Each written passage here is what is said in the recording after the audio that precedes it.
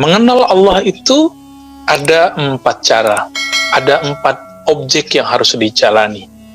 Pertama, mengenali af'alnya. Apa arti af'alnya? Sifat-sifat, perbuatan-perbuatannya. Ternyata wa ma tasyauna illa ayyasha Allah. Tidaklah engkau berhendak kecuali itu kehendak Allah Subhanahu wa taala. Maka apapun yang terjadi di alam semesta sebenarnya itu kehendak Allah. Tapi biasanya orang-orang baru sadar apabila sudah susah itu. Kalau sudah susah, sudah sakit semua, ya, baru kemudian sadar bahwa Allah lah yang maha berkehendak. Ketika disebut mengenal af'al, artinya menyadari bahwa yang berperan besar dalam mengatur alam semesta adalah Allah SWT. Maka orang ini sudah punya namanya ma'rifatul af'al. Naik lagi itu ma'rifatul asma, mengenal asma, mengenal nama. Nah, kita kan biasa kalau kenalan sama orang, kenal namanya dulu, kenalin saya siapa, kamu siapa, gitu ya.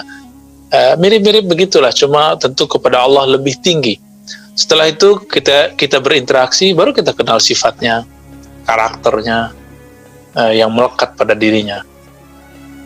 Maka level ketiga adalah ma'rifatus sifat, mengenal sifatnya. Bapak Ibu yang mengenal Allah, 3 ini sudah cukup. Adapun yang keempat, ini khusus untuk para wali-wali Allah yang besar, wali-wali Allah yang utama, para aktab, ya, para kutub. Bahkan kebanyakan itu cuma sampai ma'rifatus sifat. Kebanyakan ahli-ahli zikir, mursyid-mursyid, wali-wali, kebanyakan levelnya di sini, ya, mengenal asma dan sifat. Itu sebabnya antum belajar suatu latihan zikir seorang ustadz atau seorang pakar zikir, pakar qalbu, yang dikasih ya nama Allah, Ar-Rahman, Ar-Rahim, atau Allah, la ilaha illallah, atau Huwallah, atau Asmaul Husna dikasih. Rata-rata mainnya di situ, mengenal nama. Nanti kalau kita sudah kenal namanya, sudah jatuh cinta kepadanya, berubahlah sifat kita. Ini yang disebut mengenal Allah lewat sifatnya. Allah mengatakan, kuntu sam'ahu alladhi yasma'u bi. Maka aku ganti sama'nya, sifat-sifatnya menjadi sifatku. Hadis riwayat Imam Bukhari, ya. Adapun yang keempat itu ma'rifatuz zat, mengenal zat Allah Subhanahu wa taala. Dan mengenal zat Allah ini persoalan yang panjang, dan ini bahrun la sahilalah, lautan yang tiada tepinya, dan itu tidak bisa dibuat-buat, ya. Itu menganugerah dari Allah Subhanahu wa taala. Sebagaimana tadi Sayyiduna Musa alaihissalam, Allah datang kepadanya lalu mengenalkan dirinya, innani, sesungguhnya aku Allah. Ini ma'rifatul asma, ya. La ilaha illa ana, itu sudah masuk ke sifat. Sifat apa? Sifat ahadiyah, bahwa Allah itu Maha Esa. Nabi Musa, karena Allah mengatakan ana, maka di situ ada zat. Nabi Musa langsung mengenal zat Allah SWT, tapi sebatas itu. Dan kita tahu setiap nabi itu, Bapak Ibu, itu ada cara Allah mengangkatnya. Jika pada nabi namanya Mi'raj, ya.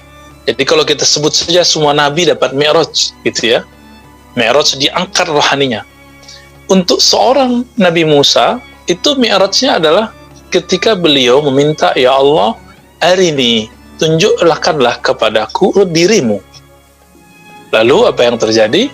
Allah mengatakan, kalau gunung itu masih bertahan di tempatnya, maka engkau pasti bisa melihatku.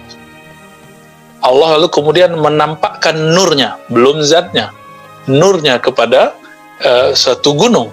Lalu Nabi Musa baru melihat gunung itu hancur, beliau pingsan. Pingsan ini dalam bahasa ilmu qalbu disebut dengan fana. Orang tenggelam, karam dalam nama, sifat, dan zat Allah. Nah, beliau pingsan langsung. Itulah Mi'rajnya Nabi Musa alaihi salatu wassalam. Nah, Bapak Ibu yang karena Allah, ya, inilah yang disebut ma'rifatullah, ya, mengenal Allah Subhanahu wa ta'ala. Nah, ini gampang dikatakan ini, tapi untuk mendalaminya ini ya butuh riyadhahnya, latihannya, butuh ngajinya, ya, ma'rifatnya, dan segala macamnya. Tergantung kita nih, kita levelnya yang mana mengenal Allah. Nanti sejauh itulah level ketenangan kalbu kita.